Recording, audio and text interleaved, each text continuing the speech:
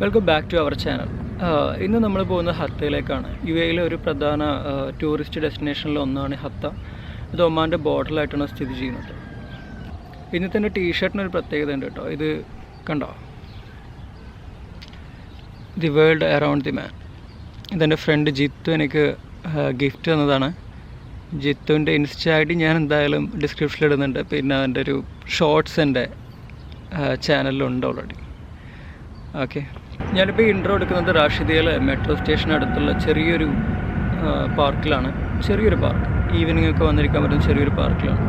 ആ പാർക്ക് ഞാൻ കാണിച്ചു തരാം.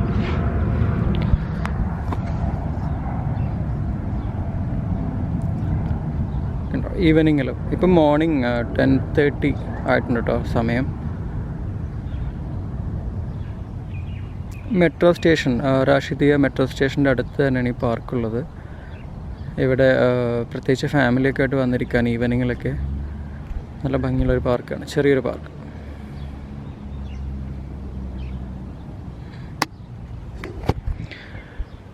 ഓക്കെ, അപ്പോൾ നമുക്ക് പോവാം. ബസ് സ്റ്റേഷനിൽ എത്തിയ ഉടനെ ഞങ്ങൾ ആദ്യം പോയത് ഞങ്ങൾ നോൺ കാർഡ് റീചാർജ് ചെയ്യാനായിരുന്നു. നമുക്ക് ഹത്തയിലേക്ക് പോകുമ്പോൾ 1 വേ 10 ദിർഹമാണ് ചാർജ് വരുന്നത്.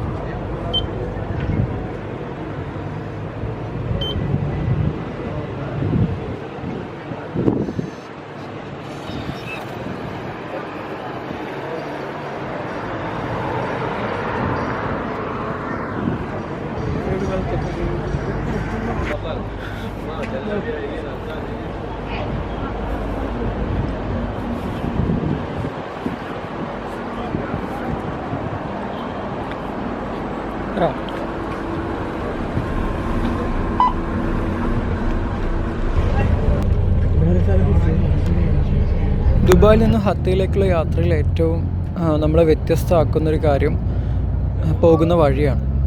തികച്ചും വ്യത്യസ്തങ്ങളായിട്ടുള്ള ഭൂപ്രദേശങ്ങളിലൂടെയാണ് നമ്മൾ യാത്ര പോയിക്കൊണ്ടിരിക്കുക. ആദ്യം ദുബായ് ഏറ്റവും നല്ലൊരു സിറ്റിയിൽ നിന്നാണ് നമ്മൾ പോകുന്നതെന്നുണ്ടെങ്കിൽ കുറച്ച് കഴിയുമ്പോൾ നമ്മുടെ റോഡിന് ഇരുവശവും കംപ്ലീറ്റ് മരുഭൂമിയായിരിക്കും ഒരുപാട് നേരം. അതിനുശേഷം നോക്കുമ്പോൾ കംപ്ലീറ്റ് വലിയ പാറക്കെട്ടുകളും വലിയ മലകളൊക്കെ ആയിരിക്കും. അതിനിടയിലൂടെയുള്ള യാത്ര തികച്ചും വ്യത്യസ്തമായിട്ടാണ് നമുക്ക് എല്ലാ സ്ഥലങ്ങളും അനുഭവിക്കാൻ അല്ലെങ്കിൽ ഫീൽ ചെയ്യാൻ കഴിയുക.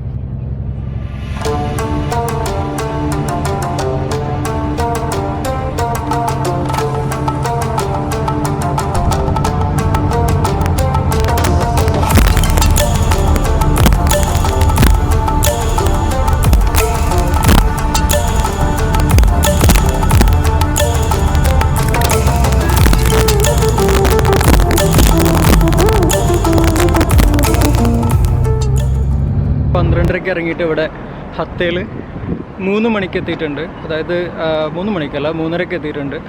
3 മണിക്കൂർ ട്രാവലിംഗ് ആണ് അവിടുന്ന് ഇങ്ങോട്ട് വേണ്ടി വന്നത്.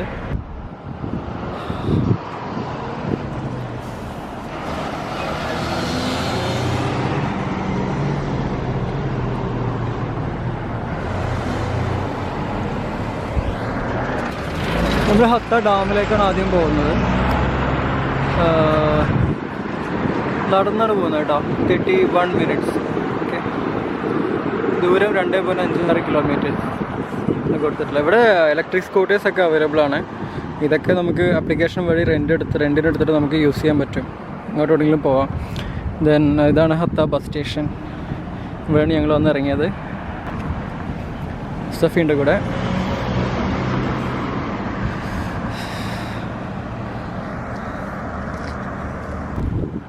ഹത്ത ഒരു ടൂറിസ്റ്റ് ഡെസ്റ്റിനേഷൻ ആയതുകൊണ്ടും പിന്നെ ഇവിടെയുള്ള കാണാവുന്ന സ്ഥലങ്ങളൊക്കെ അടുത്തടുത്ത് തന്നെ ആയതുകൊണ്ടും ഇവിടെ സൈക്കിൾ യൂസ് ചെയ്യാൻ വേണ്ടിയിട്ടുള്ള പാതയാണ് കേട്ടോ.